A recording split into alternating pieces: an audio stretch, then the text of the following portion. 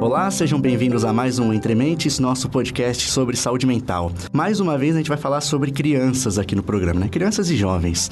Esse público já foi bastante abordado aqui quando a gente falou sobre álcool na infância e adolescência, depressão nas pessoas mais jovens, dislexia, TDAH. A gente fez até um mais geral sobre saúde psíquica de crianças e adolescentes. O de hoje eu acho que pode ajudar muitos pais que talvez estejam passando por tempos difíceis. A gente vai falar sobre o transtorno opositivo desafiador. É um transtorno que, como é frequente nessa área de saúde mental, se confunde muito com um comportamento esperado, né? A gente fala, será que é normal? Será que passou um pouco do ponto? Então essa dúvida pode muito surgir, né, na cabeça dos pais. E nesse caso, a dúvida que surge é, será que é uma birra, uma marra, ou uma criança que tem uma personalidade muito forte, ou passou do ponto e chegou a ser um transtorno mental que precisa de tratamento, né? A nossa convidada é a Luciana Brites, que é psicopedagoga, mestranda em distúrbios de desenvolvimento pelo Mackenzie e uma das fundadoras do Instituto Neurosaber, que lida com aprendizagem, desenvolvimento e comportamento da infância e adolescência. E ela é uma das autoras do livro Crianças Desafiadoras, da editora Gente, que fala justamente sobre esse assunto. Obrigado pela presença, Luciana. Eu que agradeço o convite. Luciana, vamos começar então definindo primeiro, né? Quando a gente fala em crianças e adolescentes, de que idade que a gente está falando quando é sobre esse tema? O TOD, ele costuma aflorar mais aí por volta dos 6 anos, né? 5, 6 anos é quando a gente realmente vê aí a exposição mais direta desse quadro mais grave que seriam essas birras, que na verdade não seriam birras, né? Seria um quadro mais exacerbado aí de um descontrole emocional. Imagino que seja uma imagem muito comum, muita gente já deve ter visto, assim, em shopping, na rua, em um restaurante, né? Avistou ali uma criança fazendo um estardalhaço, se jogando no chão e tal, né? Então, já para começar com a pergunta de ouro, né? Que a gente fala aqui nesses assuntos que se confundem com o natural, né? Com o comportamento natural. Esse se jogar, assim, da criança no shopping, porque que é um brinquedo, já define esse transtorno? De forma alguma, né? Quando a gente fala principalmente em transtorno mental, a gente está falando num diagnóstico dimensional. E quando a gente fala em diagnóstico dimensional, tem que ser algo que prejudique a criança, que não seja uma vez no shopping, que não seja só com a avó, que não seja só com a tia, né? Que a criança, quando não tem ninguém olhando, ela rapidamente se levanta e vai junto. Não. Quando a gente fala nessas birras, né? A gente chega a falar nesses estouros aí, nesses comportamentos externalizantes, a gente está falando de algo que não é simplesmente se jogar no chão para querer alguma coisa. Sim. É algo que realmente impacte no desenvolvimento social, cognitivo, afetivo dessa criança. Então, não simplesmente se jogar no chão pode ser aí um transtorno positivo desafiador. Eu vi numa das definições, enquanto eu estava pesquisando sobre o tema, eu vi um termo que eu achei muito pesado, assim, que era a presença de uma índole vingativa. E aí isso me deu um pouco essa ideia de uma coisa que fica assim na criança, né? Um sentimento que, sei lá, pode ter começado por algo banal, mas que permanece, e aí essa índole vingativa me veio como uma imagem muito de uma coisa que fica na personalidade, que fica sendo remoída ali. Essa questão do tempo, né? Ela é um dos pontos para se definir, assim, o quanto que aquela frustração fica e se expressa na criança. É um dos pontos usados? Eu acho que mais do que isso é a gente olhar os 3 critérios, né, que o DSM-5 coloca, né? Que é o temperamento, né, a explosão de raiva, a questão de ser desafiante, de você estar sempre desafiando, e essa índole vingativa no sentido de, mesmo não tendo conseguido ou querer conseguir, você se vingar para você ter aquilo que você quer a qualquer custo. Então, a gente sabe que essas crianças e adolescentes, eles têm, por exemplo, baixo funcionamento em áreas da empatia, né, da ínsula. Então, é um transtorno realmente neurobiológico. Então, nível de empatia, nível de resiliência, autorregulação para você lidar com situações que, de repente, as outras crianças até choram, mas eles não choram, eles se descabelam. Então, assim, é um pouco diferente nessa situação. Então, essa índole vingativa, ela realmente é algo que deve se preocupar, porque, no caso essas crianças elas não sejam tratadas adequadamente, ela o início do que a gente pode chamar de um transtorno de conduta. E aí é uma coisa bem grave. Eu diria que uma vez eu fiz uma entrevista que ela foi bastante esclarecedora, foi sobre anorexia. Bastante diferente do que a gente tá falando, mas tinha essa pergunta também, né? Eu falei, como que você percebe se é uma coisa que não é normal, passou um pouco do ponto do que é o normal daquela criança? E aí foi interessante que o especialista que a gente estava entrevistando falou assim, por mais que tenha essa limiar, naquela fase, principalmente mulheres, no caso de anorexia, podem querer comer menos para ter um corpo tal, mas... Ela falou, mas você percebe quando é alguma coisa fora do comum. Você diria que isso é uma coisa perceptível nesse sentido, uma coisa mais subliminar, que você tem uma coisa um pouco além? Sempre que a gente vê que esses sintomas, né, a criança explode por qualquer motivo, não é só pelo que ela quer, qualquer coisa é motivo dela estar explodindo. Ela tem um comportamento raivoso, né? Ela tem um comportamento desafiante, é o não pelo não. Sempre falando, ela nem sabe o que ela está falando não, mas ela tá falando não. E tem essa questão da índole vingativa. Quando você tem isso por mais de 6 meses, em vários lugares, com vários cuidadores, e isso está atrapalhando o desenvolvimento dessa criança, é um caso que você tem que parar e realmente ver que aquilo pode ser um transtorno mental. A gente não tem exame, né, para transtorno mental, não tem exame para depressão, ansiedade, enfim, a gente não tem. A gente tem que realmente ver o nível do prejuízo que aquilo está causando. No caso, por exemplo, eu tenho um filho que tem, né? Sim, eu ia falar sobre isso. Ele, inclusive, faz o prefácio do livro de vocês, né? Hoje ele está com 16, né? Sim, está com 16, fazer 17. Sim. E só pra gente, eu gosto muito de dar esse exemplo, porque a gente tinha acabado de chegar em casa, ele tinha 3 para 4 anos, e ele queria sair pela porta X do carro. E eu falei, não, ele queria sair pelo porta-mala. Eu falei, você não vai sair, porque não tem sentido você vai sair por onde todo mundo tá saindo. E ele simplesmente gritava, ele gritou 2 horas sem parar dentro do carro, e suava frio. E aí o pai e a irmã começaram a sair do carro, tudo, e ficaram, vem, Gustavo, vem. E aí ele não vinha, nós vamos brincar de mangueira. Começaram a jogar mangueira, banho de mangueira, porque a gente sempre brincou em casa e tal. E ele deixou de fazer uma coisa que ele amava para continuar birrando, gritando e chorando. Por horas. Então aí você fala assim, epa, isso tem alguma coisa estranha. Sim. Então aí foi que a gente realmente também viu que ele poderia ter transtorno positivo desafiador. Ainda assim, por mais que essa imagem seja muito... Não, claramente eu perceberia. Pela sua experiência, tem pais que ainda se recusam a achar que pode ser um problema e demoram para procurar um tratamento? Muito.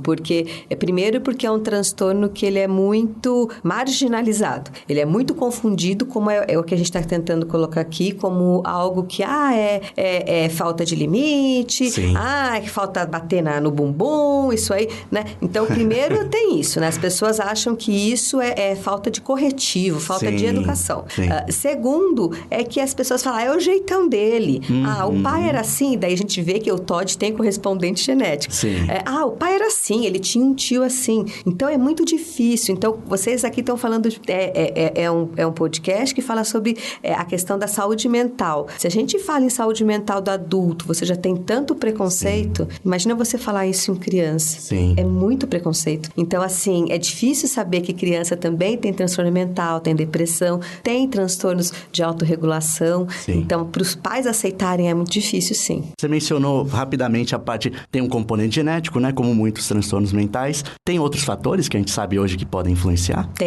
Tem a questão ambiental, sim. A gente sabe que o nosso cérebro, né? Os 6 primeiros anos é uma área que a gente tem muita plasticidade cerebral, né? O desenvolvimento, ele pode ser altamente impactado. Então, famílias desestruturadas, não é só um sim ou não, mas famílias desestruturadas, crianças que tenham risco de terem nascido prematuras, problemas na hora do parto, lares muito desajustados, tem também uma correlação de renda social, né? Crianças que são mais pobres, elas também têm essa correlação, né? Ambiente violento, então isso também pode estar correlacionado ao transtorno. Sim. E não para culpabilizar pais, né? Mas a forma de educação tem também alguma influência? Essa forma que você falou, ele é assim mesmo, e deixa um pouco correr solto? Tem.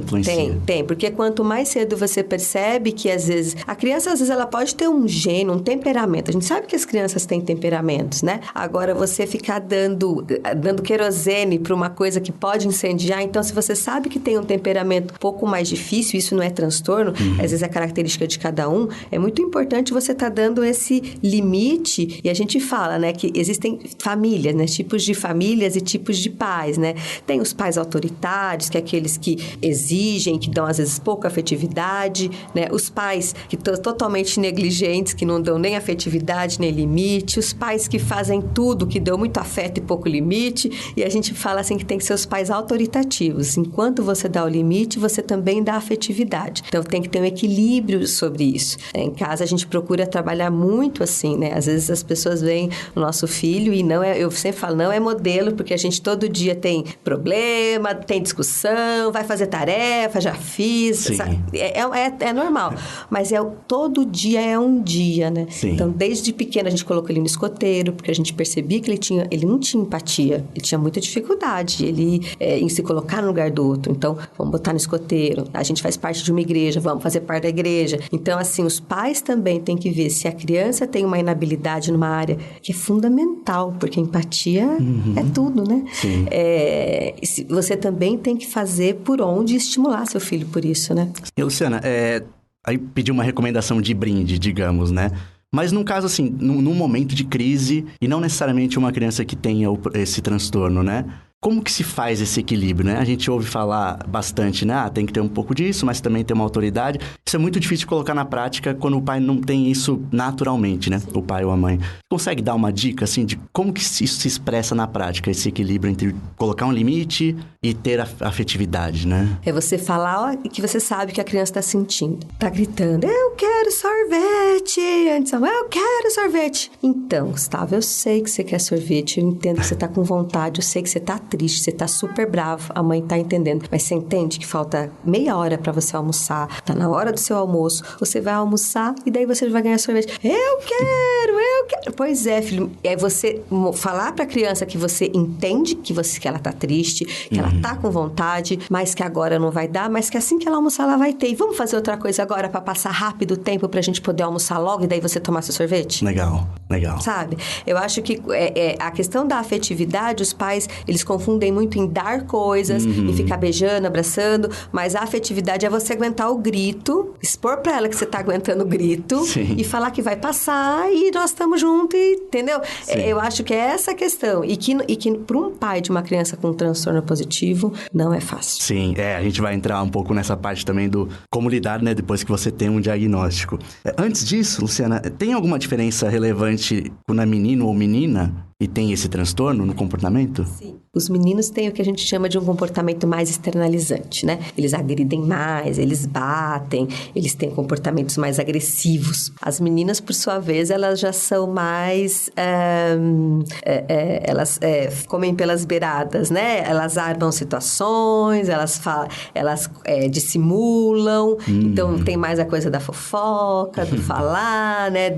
Então, existe uma diferença em relação a isso. Uma chantagem, uma questão de dissimulação, é aquele bullying, até o próprio bullying, né? Os meninos às vezes fazem bullying mais de agressividade, as meninas fazem mais os grupinhos de exclusão, crueldade na fala, né? Porque às vezes a fala é muito mais cruel do que você bater, né? Sim. Luciana, como é muito comum nessa área, infelizmente, muitas coisas vêm em combo, né? A pessoa não tem só uma coisa. Tem depressão, aí tem ansiedade, tem bipolar e tem transtorno do pânico, isso é muito comum, né? Nesse caso, é assim também? Comumente vem com outros problemas que precisam ser tratados? É assim também.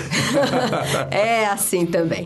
Geralmente, o transtorno positivo desafiador, ele tem aí como comorbidade o TDAH, né? Que o meu filho tem e o meu marido tem TDAH. Então, a gente já ficava meio de olho, né? No Gustavo. E sim, você tem as comorbidades. Então, o TOD, ele pode vir associado com TDAH, com autismo, com deficiência intelectual e com outros transtornos, por exemplo, transtorno de aprendizagem. Isso pode vir associado. Então, por uma via ou por outra, consegue-se descobrir que a criança pode ter isso, né? Sim. Apesar disso, todos esses outros que você falou são muito mais conhecidos, né? Sim, até porque por achar que sempre o TOD é só uma birra e não uma configuração e não se vê isso realmente como um transtorno, e é muito engraçado, porque uma autista com TOD, ele tem uma outra configuração, e às vezes tem muitas pessoas que tratam somente o autismo e esquecem de tratar a comorbidade. Sim. que dificulta muito mais o quadro. A mesma coisa o TDAH, a mesma coisa o deficiente intelectual. Sim. Então, assim,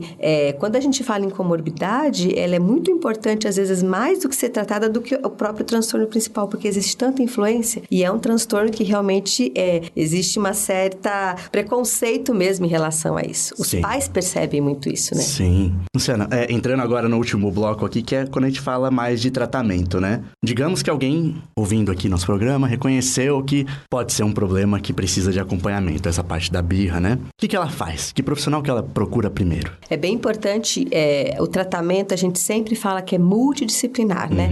Então, um psiquiatra infantil, um neurologista infantil, às vezes até um pediatra, né? Mas que tem esse conhecimento em saúde mental, né? Em desenvolvimento infantil. A gente tem uma carência muito grande em psiquiatras infantis e neurologistas infantis, né? Então, às vezes, nesse Brasilzão, a gente às vezes não vai ter. Então, você às vezes pode ter um pediatra muito bem formado, que quis estudar, um querido, que falou, eu vou estudar desenvolvimento, né? As questões, porque isso é uma demanda absurda que a gente tem. E aí, você pode estar procurando essas pessoas, esses médicos, e também psicólogos, né? Principalmente psicólogos, as evidências científicas mostram, né, que psicólogos na linha da teoria cognitivo-comportamental. E esses psicólogos, eles estão mais respaldados pela ciência a estarem fazendo intervenções mais assertivas a respeito do tópico. Sim. Se tiver um, então, voltado para o público infantil, melhor ainda, Nossa, né? aí acertou a agulha no palheiro. Luciana, eu vi que, às vezes, pode-se fazer uso de medicamentos, que é uma coisa que dá muito medo, em geral. Qualquer medicamento que mexa com a parte psiquiátrica, né? Quando é criança, então, mais ainda, né? O que esses medicamentos fazem, né? Qual que é a intenção deles nesse tipo de transtorno? Na verdade, né, todo o medicamento que a gente fala, né, para a questão neurológica, é para estar organizando todos os neurotransmissores. Então, por exemplo, nesses transtornos de autorregulação, no caso do TDAH também, enfim, essas questões de neurotransmissores, às vezes você tem um descompasso e aí o remédio vai lá auxiliar, mas junto com a terapia. Sim. Eu acho que isso é muito importante, porque geralmente as pessoas veem muito a medicação como, vou dar o remédio, que é mais cômodo e tal, e esquecem do mais importante que é a terapia. Então, a medicação vem auxiliar esses desequilíbrios aí que tem em termos de neurotransmissores no cérebro para organizar para que se entre com a terapia e que aos poucos vá se tirando essa medicação. Sim. Né? Não é, eu brinco, né? Eu brincava até com meu marido, porque meu marido é neuropediatra, né? Sim. E eu falava, Clay, quando que nós vamos tirar o remédio? A gente é mãe, a gente não gosta de dar, né? Mas assim, a gente vê que é a necessidade daquele momento. Então, às vezes, ele não aproveitaria da terapia que ele aproveitou quanto se ele não estivesse medicado. Sim. E aos poucos vai tirando. Por isso que é muito importante o acompanhamento. Não é pegar o remédio e dar para sempre. Sim. Tem que ter esse acompanhamento. Essa parte de terapia, ela é muito misteriosa, assim, né? Porque ela é uma coisa muito pessoal, muito particular, tem várias linhas, né? Pra criança, então, eu imagino que seja uma arte, assim, um terapeuta que consiga fazer um trabalho desses, né? Mas a gente consegue dar uma ideia, assim, como que é, né? O que se faz numa terapia para esse objetivo? Principalmente você vai ver, né, dentro da terapia cognitivo-comportamental, né, eu não sou psicóloga, mas os psicólogos que trabalham assim fazem, eles veem os tipos de comportamento que as crianças têm, os antecessores, o que está desencadeando aquele comportamento, eles vão orientar esses pais, como que trabalhar esse comportamento, porque o comportamento ele é gerado por uma demanda ambiental. Então, a mesma demanda gera um comportamento em mim e gera outro em você. Sim. Então, esses psicólogos, eles conseguem olhar de fora e determinar o que pode estar levando essa criança a ter determinado comportamento, trabalhando com os pais para, você percebeu que toda vez que você faz isso, até, por exemplo, dar uma bronca. Às vezes tem bronca que reforça um comportamento. Aí a criança vai fazer sempre porque ela fala, eu recebo bronca, mas eu recebo atenção. Então, vou fazer sempre isso, porque meu pai sempre fala comigo.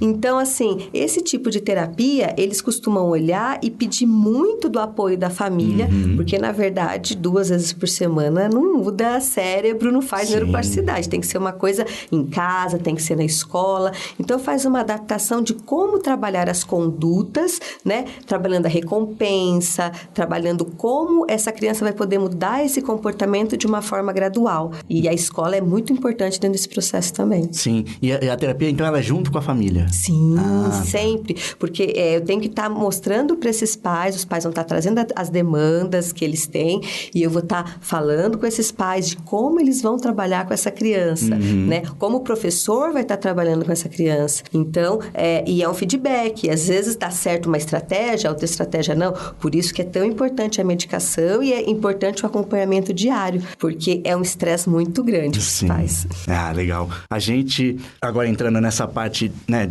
fomos seguindo o caminho de, né, um casal de pais que tem filho, descobriu que tem uma suspeita, diagnosticou, começou terapia, etc., medicamentos. E aí, o que muda em casa, né? É um pouquinho que você começou a falar nessa parte da terapia, né?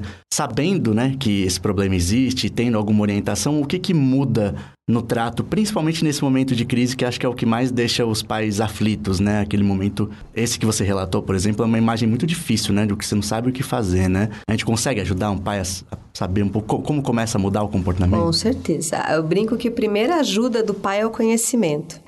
O conhecimento, falo que liberta e transforma, né? Porque existem muitos pais que têm os filhos com transtorno positivo e eles se sentem culpados. Porque, ai meu Deus, onde eu errei? A culpa foi minha. E aí você tem os parentes, né? Você tem, enfim, sogras e todo mundo. E aí falam assim, mas você não dá educação. Porque eu tenho 3 filhos, né? Eu tenho uma de 20, tenho um de 16 e um de 11. E a de 20 é a perfeição, menina boazinha, que sentava, que... E aí vem esse menino, nossa, mas você não dá educação pra esse menino, você mima esse menino, você não... Olha, ele enfiou o dedo no olho da irmã e quase deixou ela cega. E de verdade, aconteceu isso. E assim, vocês falam, meu Deus, o que eu tô... Daqui a pouco eu vou ter que o quê? Vou ter que bater? Você começa a até ver o que você tá fazendo de errado, mas aí você vê que não, que tem um motivo para isso.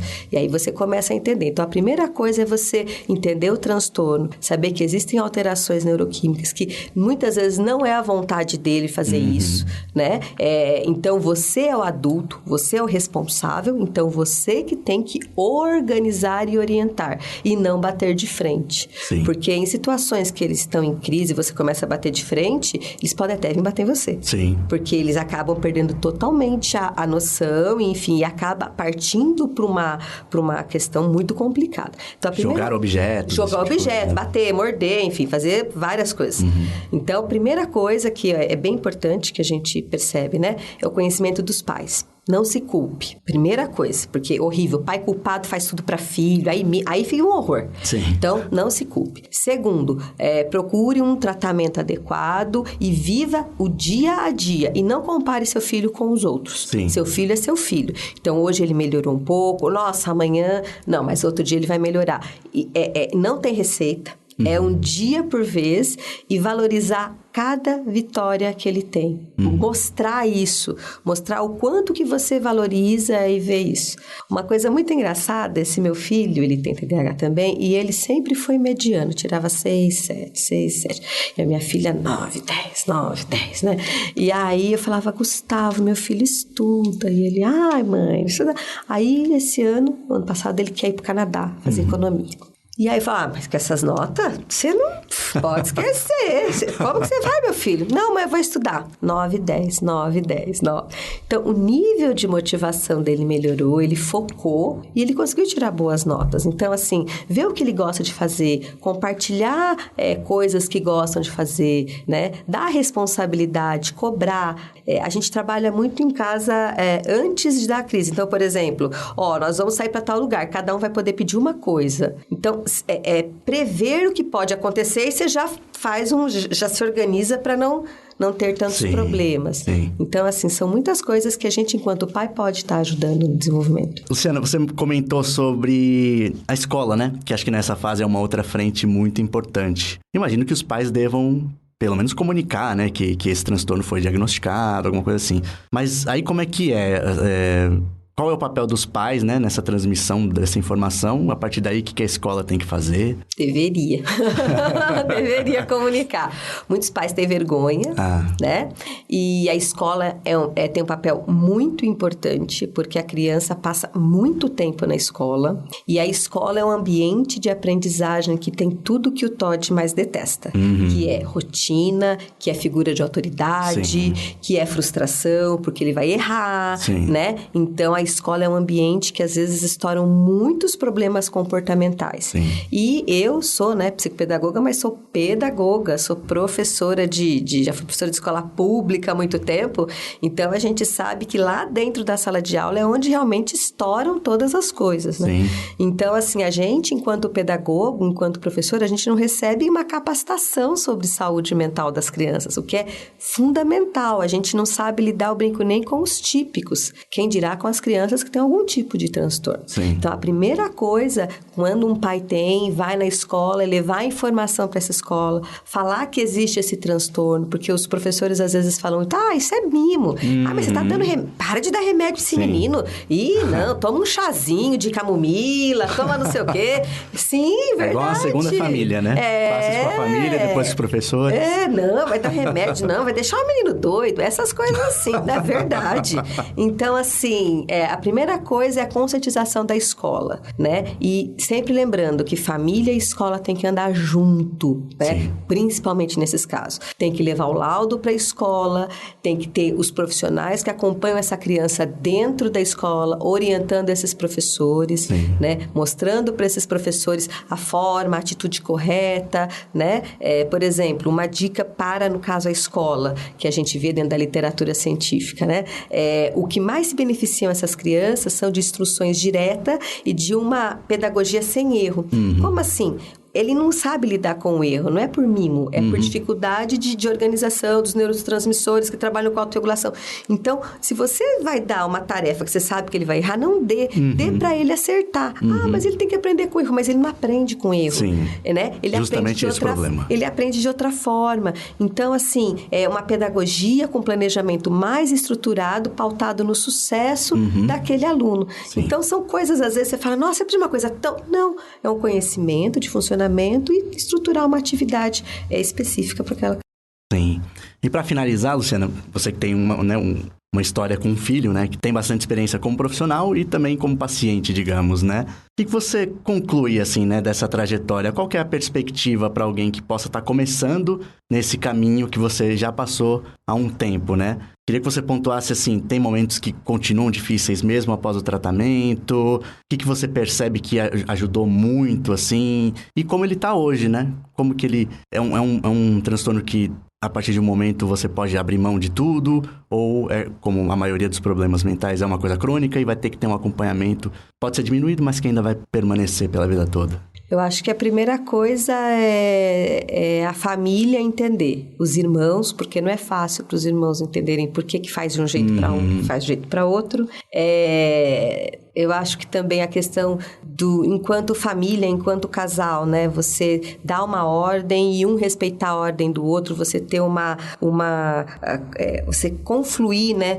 Para a mesma coisa, né? Para as mesmas ordens, para a mesma forma de educação, né? Você não tentar competir, a mãe e o pai, não. Ele tem essa dificuldade, então vamos trabalhar juntos. Uma coisa que eu nunca tive receio foi de falar o que ele tinha, o porquê ele tomava remédio, e ele falava, mãe, mas por que eu tenho que ir na terapia? Meus irmãos não vão. Não, mas você precisa por conta disso. Você percebe isso. Então, filho, cada um é de um jeito, né? Eu brincava, tá vendo essas mangas no pé? Então, tem manga verde, que já tá verde, tem umas amarelas. Cada um tem o seu jeito, cada uma tem seu nível de maturidade. Você tem o seu nível, então você tá precisando disso hoje e a gente vai te levar. Então, tratar com naturalidade, eu acho que isso faz toda a diferença. Não tratar como um coitado, de, ai, nossa, tadinho, ai, tem problema de cabeça. Não, não. Né? Ele é um menino extremamente rico, muitos potenciais, né? Focar nas potencialidades, não na dificuldade, e saber que todo dia a gente tem desafios a serem enfrentados. Hoje ele melhorou bastante, mas ainda há muito que melhorar, né? Com relação, principalmente, à questão da responsabilidade, né? Que quer jogar responsabilidade para as pessoas, não, isso é seu. Então, é um trabalho que é diário. E uma coisa que é muito importante, né? Para qualquer é pai, mas para um pai e uma mãe de uma criança com TOD, é o exemplo. Você não consegue mostrar o que você verdadeiramente quer se você não é aquilo. Então, mentir, não mentir. Mas a gente não mente. Então, assim, a questão do exemplo e dessa cultura, ela é muito importante. E eu brinco que isso ensina a gente a ser um ser humano melhor. Sim, é ótimo, né? Legal. Então, é isso. Luciana, tem algo que a gente não abordou aqui que você acha que é importante falar, mas não foi perguntado? Não, acho que a gente falou bastante. Tá ótimo. Obrigado pela presença, doutora Luciana. Acho que ajudou muitos pais. Eu que agradeço. Muito obrigada. Obrigado por terem ouvido mais esse episódio. Desculpa que dessa vez não teve as perguntas do público. A gente tá meio que em retorno de recesso, tirando umas coisas da frente. A gente não conseguiu fazer a chamadinha para vocês enviarem perguntas, mas a partir do próximo a gente já vai ter. Convido vocês, a ouvirem mais esse ano. A gente tá planejando coisas bem legais pro podcast. Talvez a gente tenha um episódio sobre depressão, que é talvez o transtorno símbolo da saúde mental. Então espero que vocês acompanhem a gente mais esse ano de 2020. Esse episódio teve a operação de áudio de Gustavo Forte Leitão e a edição é da Estalo Podcasts. Obrigado.